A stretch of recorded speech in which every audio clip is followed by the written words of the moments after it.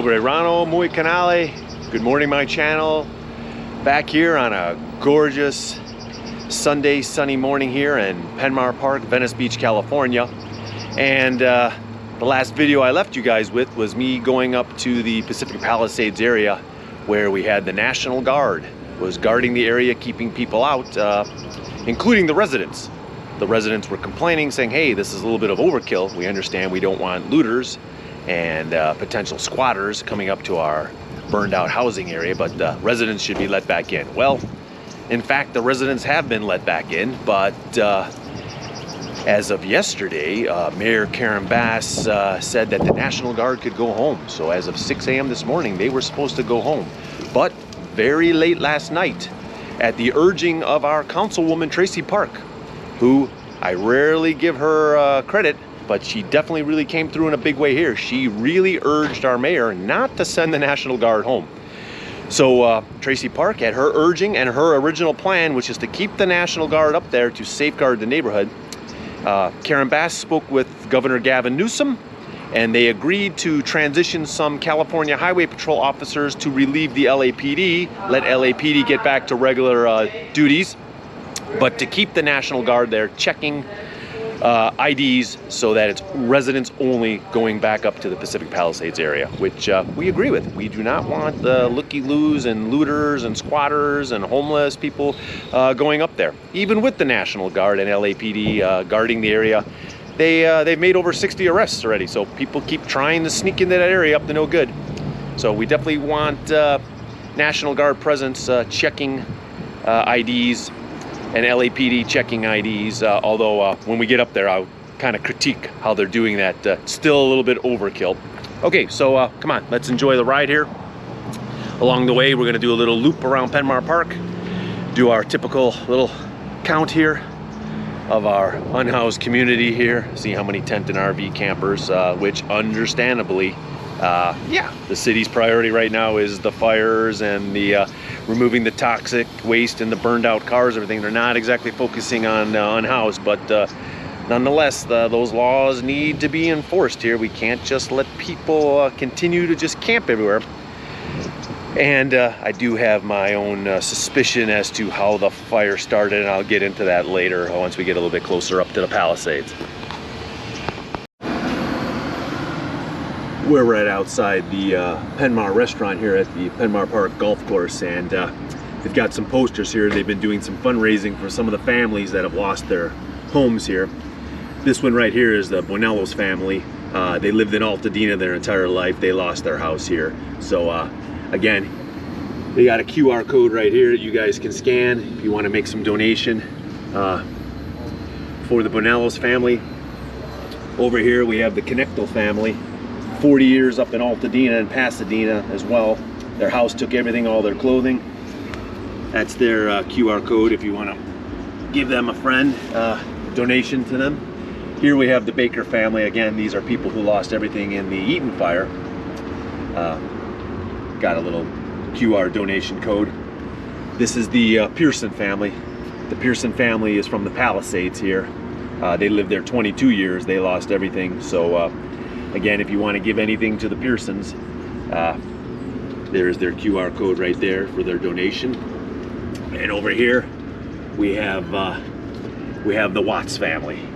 So the Watts family, they lost everything as well, and they found out recently that they're not qualified even for the FEMA insurance, so they were uninsured, lost everything, their family. So again, these are just 5 families here who we're coordinating here with the Penmar restaurant here and just trying to do fundraisers.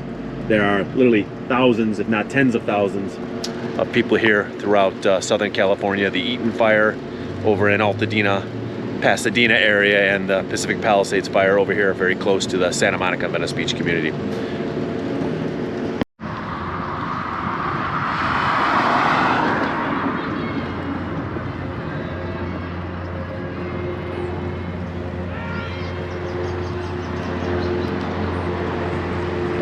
So these guys just permanently camp here and they're still back in the park.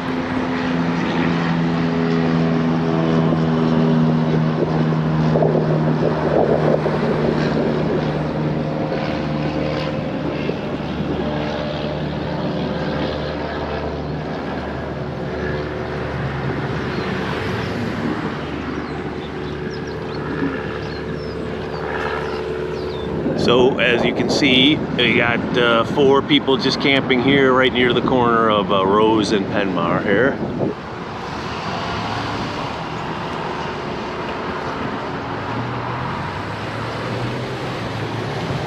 Alright, we're going to cross, make sure the Waymo car doesn't hit us. That's the automatic AI intelligent robot car driving there. I sometimes worry about those guys. I don't think they really see the bicycles. And in the alley here over there we see one more tent camper. They just push their stuff across the street here so they're not in the park, so that way they don't get the park manager and the park rangers bothering them. But yeah, now he's just 1 block away, which is still within the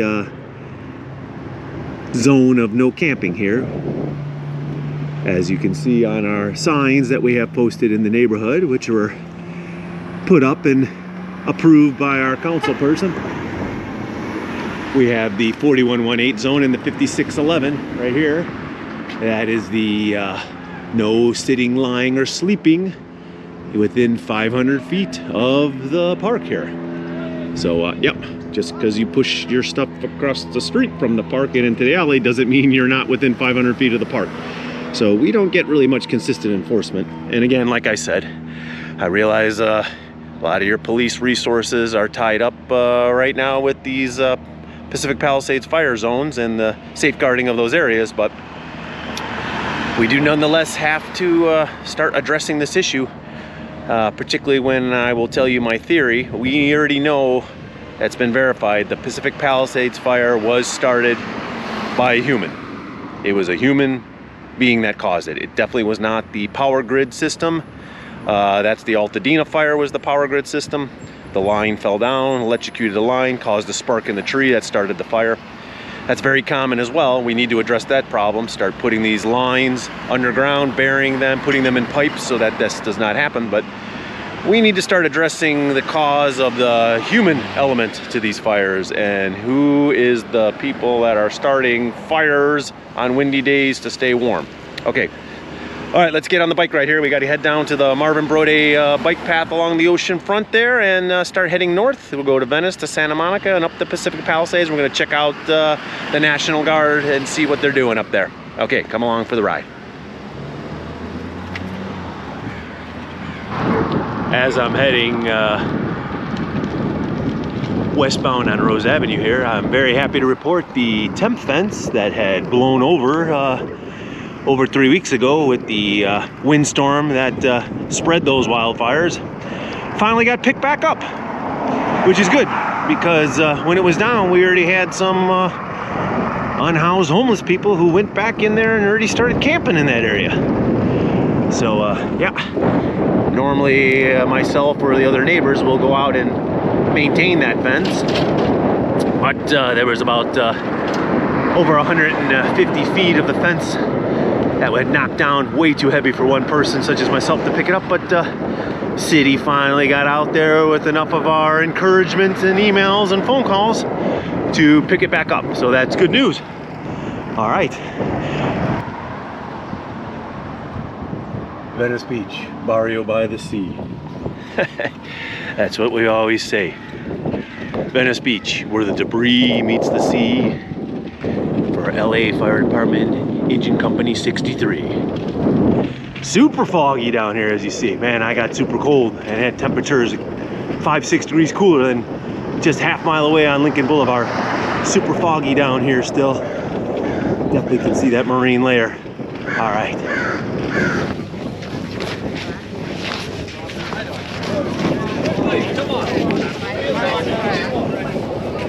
So what you're seeing right here, this is the daily free food giveaway, free lunch giveaway for the homeless people of Venice Beach. So yeah, that kind of really seems good. Good virtue signaling. You know, you definitely want to feed people, so you know they come down and donate some food to them.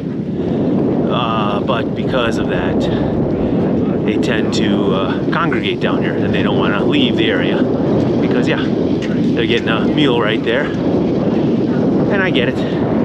you don't want to go check into a shelter or go to a place where we'll serve the meal, so the meal comes to you.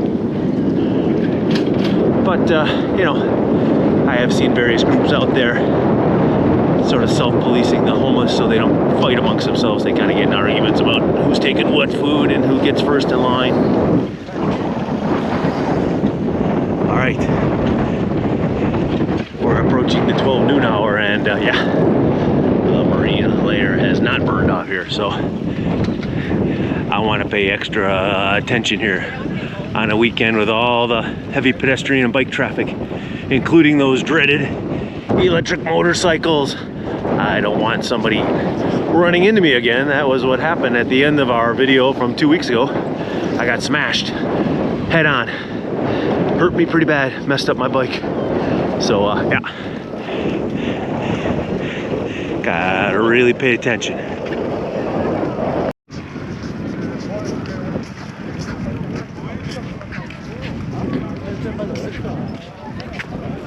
Okay, this is my first time taking the bike path underneath the pier here since that guy hit me head on with the electric motorcycle. Of course, I was going the other direction. I had just gotten into this tunnel here. The guy was flying. I was all the way over there on the left, up against those posts, and he smacked into me right there. It messed up my bike. So on my follow-up rides through here, I haven't been using the bike path. I've actually been going up to the pedestrian footpath along Oceanfront Walk over there, which is near a hot dog on a stick, even though it's no bikes allowed. I've been leery to ride my bike back through there, so there you go. Face your fears. All right, so that's my first ride back through underneath the tunnel since my accident there. All right, check that off the old not gonna be afraid of nothing list for 2025.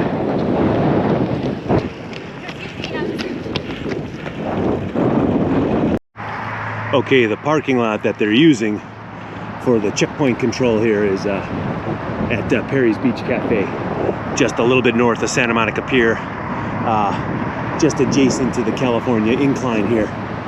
So here you see you've got all the cars of the residents. They'll queue up in the morning.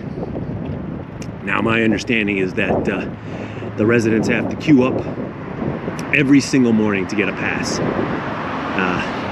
That seems like an awful waste, you know, to me. Once you've vetted them, give them a pass, make it good for a week, you know, give them a barcode or a QR code to track them, and then they can have their pass. It's also my understanding the National Guard doesn't check necessarily the pass against any database or any name. They just make sure they have a pass. It's issued every day. You see many, many, many officers here. A lot of LAPD here. You know, I'm seeing at least 15 to 20 cars. That's a lot of officers, a lot of overtime. So you can see where Mayor Karen Bass was eager to get these guys off of this assignment. Except getting them off, her solution was to just stop all the checkpoints completely, which is ridiculous. So now we're back to just keeping the checkpoint, although it definitely needs some improvement. There should be no reason for a morning check-in every single morning from these families. You know, you can vet them once. Here they are, see them coming in here. See, these are the vehicles, and in this van, these are construction guys, soil guys, electricians, plumbers, gas line guys. So they come through, they're told to go to either line. They'll check their IDs to make sure that, in fact, if they want a free meal, they got the World Kitchen Organization, World Central Kitchen, WCK.org. They're giving people free meals. They'll give people free N95 masks. They were giving people booties for their feet to cover up so they don't step in any contaminated soil. So each resident comes up here, they check their IDs, they issue them a pass for the day to go up to their home. How you doing, officer? Is the pass given to the residents for the day, or is it just for a... My understanding is just for the day. Yeah, so okay. You're vetting them on a daily basis, correct? Every single day? Every day. Okay, great. Thank you very much. So, there you go. That's a huge area of improvement here. We could vet them. As you see, they get an orange pass. See the orange placard they get with their names and a sign, and they check it. But yeah, you got a construction lady right here. She's got a ladder. She's got to have a valid work order. So once they get their pass, then they will be allowed to pull back out onto Pacific Coast Highway, heading northbound. And again, I like this. I like the checking of the IDs. Do we need to do that on a daily basis? No. Can't we vet them and give them a pass for the week? You know, you've already checked them. I think that would be possible.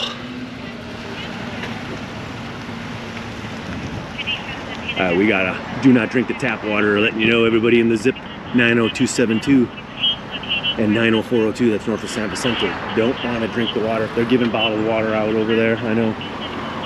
So he's got his pass right there on his blue pass on his dashboard. That guy, he's contractor. So he's a state contractor. Residents get orange, contractors get blue. Let's see how this works for him here. How you doing? Are you a resident or are you volunteer? Resident. You're a resident? Did you get your pass? Just got it. And you have to check every day. They have to check you, right? Not sure. It's the first time. It's your first time here? Okay. Thank you. Okay, so there you go. Even that resident, it's his very first time back. A lot of people have not gone back. They don't want to go back because they know, yeah, there's a 98% chance their house is gone because almost everything did burn up there. Very few homes remain. So here's what we got right here. At this exit right here, which is going to be tough to do. The guy's got to make a left-hand turn against opposing traffic coming southbound on Pacific Coast Highway. He makes his turn. Luckily, Pacific Coast Highway is blocked, so there's no traffic really coming here, heading in the northbound direction. Now with their passes, they get to follow single file northbound, 25 miles an hour. All lights are flashing red, all stoplights, so it's stops, and traffic can go back up to the residents there.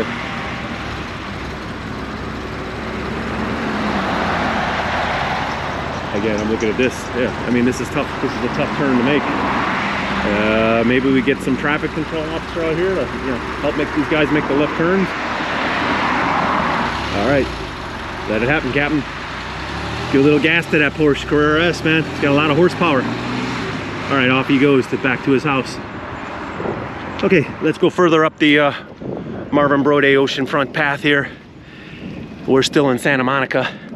Let's keep pedaling north. Let's get up to Entrada, which is where the 90272 zip code starts. That's Pacific Palisades. Let's take a look at what kind of controls they might have up there. I know previously they were not blocking the bike path. The bike path was one of the ways you could sneak through that neighborhood. But we'll see if they've locked that down. Remember, if you're enjoying today's ride, to make sure to press that subscribe button, hit the bell notifications, leave a like, leave a comment. It all helps with the YouTube algorithm and it allows me to continue bringing you the awesome, amazing content of the Danny Slant channel. Okay, I've just crossed over here. I am now just crossed the border out of Santa Monica, and now we are in Pacific Palisades here. I'm almost at Entrada Drive, and up in the parking lot up there, we got another staging area. We got signs up right here, warning, avoid ash and debris. Yep. So up there is Entrada Drive, which everybody knows, that's the old Patrick's Roadhouse. I see we got LADWP crews up there. And this is the part of the Marvin Brode oceanfront bike path that they built a separate bridge for the bicyclists. We always used to share the bikes with the pedestrian side of the path.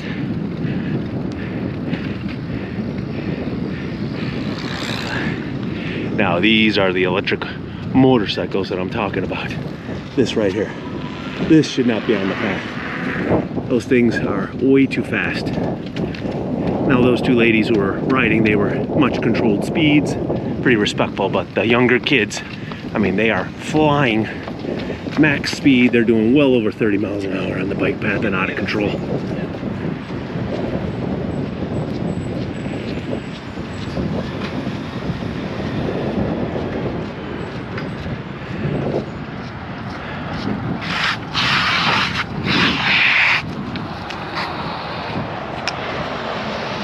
So as you can see right there, they've got traffic control. And only those people who have their passes are going to be allowed to go up West Channel Drive and then try to drive over there.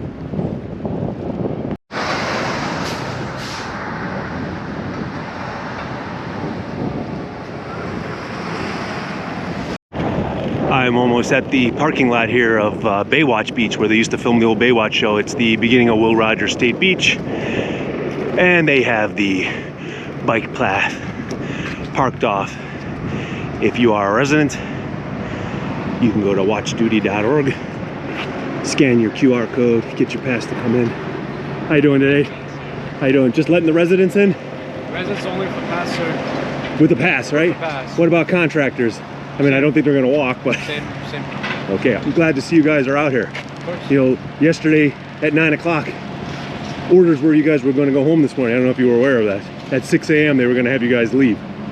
And then our councilwoman, Tracy Park, called the mayor and the governor and said, you're going to have the National Guard go home and unassigned LAPD? And they said, oh yeah, well, they'll just run patrols up in the area and it'll take care of all the problems. Thank goodness they had a late night meeting, and then they said, yes, you guys will stay. So we're very happy to have you here. This is exactly what we want. Yes, we want to keep the riffraff out. That when you guys were first deployed on the first couple of days, there were still 60 or 70 guys got through. You know, I mean, they were up there. They're, you know, heaven forbid if your house still survived. If you imagine you come back home and everything is gone. You know, so we appreciate the good work that you guys are doing. We're happy to have you out here. Of course, I've got some suggestions on the code. I think that the families could be vetted once instead of every single morning over and over. They got to go back in that line. You know, always room for improvement. Strive to improve. All right, well, I got you guys here. You guys want to say any shout outs to anybody to your unit? What are you guys, 670 out of San Diego? I'm attached to the 330. 330? How about you? Same 330? 140. 140? And where is 140 based out of? Right, Gardena, sir. Gardena. Out of Gardena? Ontario. Ontario? Same thing. In Ontario. All right, guys. I really appreciate the good work. Thanks. You can check out my channel if you want to watch later tonight. Danny Slant. Danny Slant. Danny Slant. I ride around. I usually like to take trips around the world, talk about stuff, but I do a lot of local coverage. Of course. And so this is it here. Really appreciate it, guys. Keep up the good work. Thank you, sir. Thanks, guys. Appreciate it. All right, guys. So where are you? Where do they have you stationed at? Where are you staying for overnights?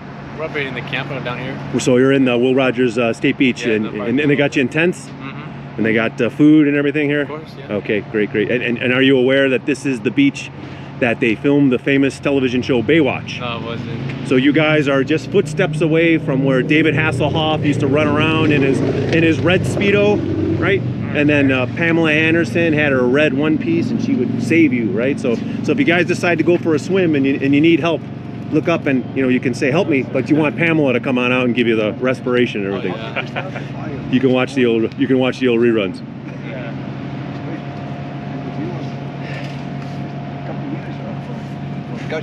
How you doing? Nice bike. Oh, nice and old, man. Yeah, same here. Steel. This is steel is real. Yeah, right. Steel is real. This bike is 43 years old, and My friends make fun and say, well, what's going on with that? it's a little heavier, It's heavy. but you get a better workout anyhow, Yeah. and it lasts forever. So hey, Yeah, I had it for 25 years. yeah, exactly. The first Tour de France, where you guys were all on steel bikes. Now it's carbon fiber. Yeah. Carbon fiber. If you flick it with your finger too hard, it disintegrates. You know. Carbon in the front. Yeah, you got a carbon fork. I have a couple of other stuff, but it's in the works. It's coming. Are you Italian? No, Colombia. Colombia. Okay. Papa. Benavides. Welcome. Nice bike though. Yeah. Thank you, man. Yeah, so you got carbon fork. I got steel fork. I got hit. Some guy hit me head on 2 weeks ago. Oh, man. I had with the fork, this new fork. It's steel. Luckily, I had a steel fork. He hit me on an electric motorcycle on this path right here, going under the pier. You know where you go under Santa Monica Pier? Yeah. Yeah. He came into the oncoming. I'm screaming at him. Hey! I stop. I come to the complete stop. He's still. Yeah, I just told two guys on those. Yeah, those two guys right there. Just now. They're all over the road. Those guys, slow down. Yeah. Slow down. Yeah. Yeah. So I told him. I said, tranquilo. Cálmate. Yo hablo español un poco. Thank you for your question, man. I wish I was how did they start? You know, Santa Monica or San Vicente? Just The fire? yeah, well, they have all these pines, the pine trees. Yeah. Well, it's at the very. It's at the Those very. guys catch on fire. That's it. It's the very top. Santa Monica. Okay, so here I'm going to do a little. Here's my political part of my speech here. The news media, which I will call the fake news. I'm the real news media. I talk about real stuff. I don't sugarcoat it. They are trying to plant the seeds in our mind that the fire started because a firework came up and landed on January 1st. And they had a small fire up there, and they put it out, and the LA Fire Department monitored the site for 36 hours. Now they're saying that somehow 8 days after that event, some kind of spontaneous combustion happened. Well, I might have been born at night, but I wasn't born last night. You know, okay? You know, I mean, pull my other leg. Don't, you know what, on me and tell me that it's raining, right?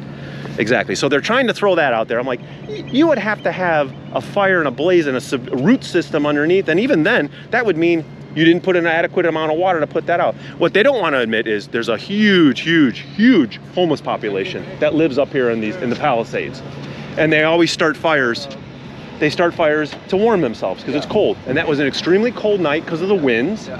And there had been previous fires 2 years prior that burned down 242 houses. So we need to come to terms with the fact that if you're going to allow people just to camp anywhere, including fire dangerous areas, you can't just let them start fires. So they really should not be in a danger zone up there. And of course, that would look very poorly because the state's and the local mayor's policy is really hands off on homeless. You know, we don't want to be tough on them. We want to be benevolent. But now we just saw what just happened. 10,000 homes lost. 6 people in the Palisades alone died. I think total in both fires, we were all at 24 or 28. You know, it's billions of dollars, probably trillions of dollars of damage. We need an investigation. ATF, Alcohol, Tobacco, and Firearms, is doing a current investigation.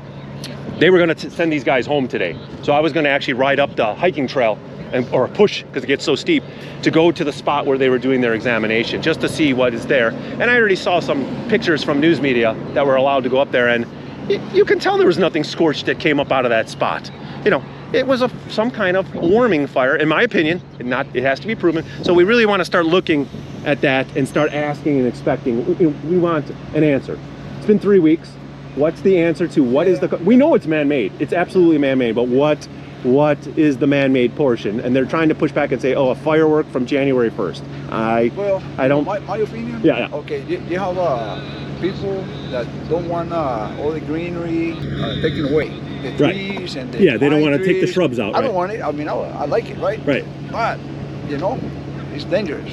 Yeah. So you know, it's all what happened, right? I mean, it's the thing is, you can't have both things. You can't have it. You can't. Now I don't know how they're gonna fix that. That's a mess. You can't save the triple-spotted wing-tip mosquito. Heaven forbid, if I trim the trees, I might eliminate the tiny little smelt that nobody knows about. Oh my God! And now we won't take water. I mean, there's a. You know, we have to ask, who's the priority here? Is it the humans who live here? And I will even agree with some of the environmentalists. Maybe we overbuilt. Maybe there are too many homes up here. Who can control that? That mess right there. Who can control that? It's impossible. Look at this, man. It's all. Who could control that? Yeah, nobody can. I'd get that. I'd get these guys out here every weekend. Maybe not their unit. I'd have the National Guard out here every weekend. I'd get the National U.S. Forest Service. I'd get every unemployed homeless guy who's sitting around in my park, because I live in Venice, hanging out there with a needle sticking in his arm going, man, life sucks. I'd say, yeah, okay. Into the drug rehab, and when you graduate, into the tree trimming program, and then the firefighting program. Yeah, attorney, my back is killing me. I need, you know, I'm what do you call it? I'm disabled. Yeah. And then what?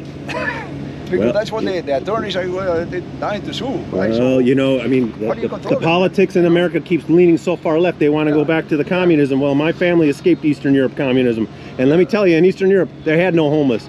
When they caught you on the street, they gave you a job. They put you in the gulag and shipped you off to Siberia, and you were in the salt mine for 25 years. So, hey, I'm okay with that. You wanna spin so far left? You go, no problem. Everyone gets a place to live. Yeah. But everybody has to be in school. Too much freedom. Or well, it is. Freedom, yeah, more freedom to the bums than to the people who are actually here working, doing a hard job. Guys here like these guys, busting their humps every day, right? Anyhow, the channel is very opinionated, right? But you know, they probably live here in this area. Maybe they're just watching or reading. Got their doggies out here. Hi, how are you? Guys out here in this area? Yeah, Santa Monica? Pasadena. Okay. Oh, man. Yeah, so Anyway, I thought you guys were from. Anyhow, that was very cathartic when I get all that Sorry, political. I didn't mean No, to- no, it's okay. Because it's good. I like to express my opinion. My fans, they do. You know, it's like, but at some point, you know, we have to just. There's got to be some common sense. Common sense. Exactly, common. I mean, you know, prehistoric man. Ugh, fire! Ugh, whoa, how do we put fire out? Water. You know, I mean, that's basic stuff. You know, I mean, I get it. You know, but at a certain point, that's where it just, you know, it's. You know, lack of water, lack of response. I don't know what the solution is, man. I don't know. Oh, I do. Yeah. Absolutely. I'll give you a step-by-step solution. Absolutely. First of all, you got to realize if you live in an area that has this type of growth, you got to cut it down and manage it. In European countries where they have your tax dollars goes every year. They cut it down. They do controlled burns. You have to have that. You have to have adequate water. If you know that there could be a catastrophic, you always have to plan for the worst case scenario. If you know there's going to be an 80 to 100 mile an hour wind event, then you better have not just 3 reservoirs, of which 1 was offline. You better have 1 reservoir on every block. If you can't build a reservoir, then do what they used to do in the towns. They used to build the towers. They built towers because when the electricity goes out, the natural gravity can push the water down. I don't think there was enough water to stop that situation. I don't No, there isn't. Because There's not enough water, man. and that's I go back to my kegger party in college. If I have a bunch of guys, let's see, 1, 2, 3, 4, 5. If I get your whole unit comes out and I say I got 140 beers and everyone's going to have 1, and 200 people show up, I know somebody's going to be without the water or beer, whatever your choice is, or soda. Hopefully, you know, we learn. Hopefully. Well, Right? I mean, right? I think You know? the best thing that I would make people learn to elect officials that have your back, that will put the things in, because we pay the highest tax rates in the United States, highest income tax, highest tax rates, lowest quality of education, lowest quality of roads, and anyhow, it's frustrating. And I didn't lose anything. I mean, to me, could you imagine a family up there? What is your name? Juan. I'm Danny. Danny, pleasure. And can I have your permission to put you on my channel? Yeah, okay. Yeah. Okay, great. What channel is it? Danny Slant. Slant. Okay. You get Danny Slant on life as his viewpoint on life. Okay, thank you. A very athletic and YouTube? on YouTube. Okay. Yep. I'll look it up. Okay. All right, that was a great conversation with the National Guard and fellow bicyclist Juan there about the opinions about the fire situation and the checking the IDs for the residents there. Remember, if you're enjoying the content of the Danny Slant channel, make sure to hit the subscribe button, hit the bell notifications, leave a like, leave a comment. It all helps with the YouTube algorithm and allows me to continue bringing you the awesome, amazing content of Danny Slant. Okay, I'm at about 6 3/4 miles here on the bike journey for today. Gonna head back home, round up this mileage, hope to get around at least 13 or 14, maybe 15 miles for the day here. Get a little workout. Let's start heading back to We got one camera now. Wanna show with our one-man band? We're good to go. I got some money, so I paid the rent. The rest I spent on camera equipment with a slant. The slant.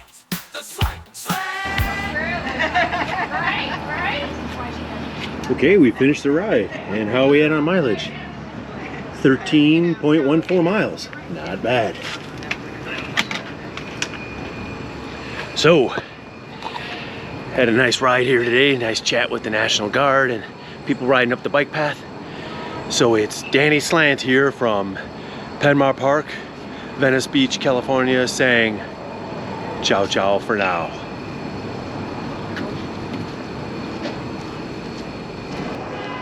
If you ride one of these electric motorcycles here, like this one, Super 73, it says it's a class 2. Yeah. Make sure you pay attenzione on the bike path and don't run into the bicyclists. Okay. Ciao, ciao for now.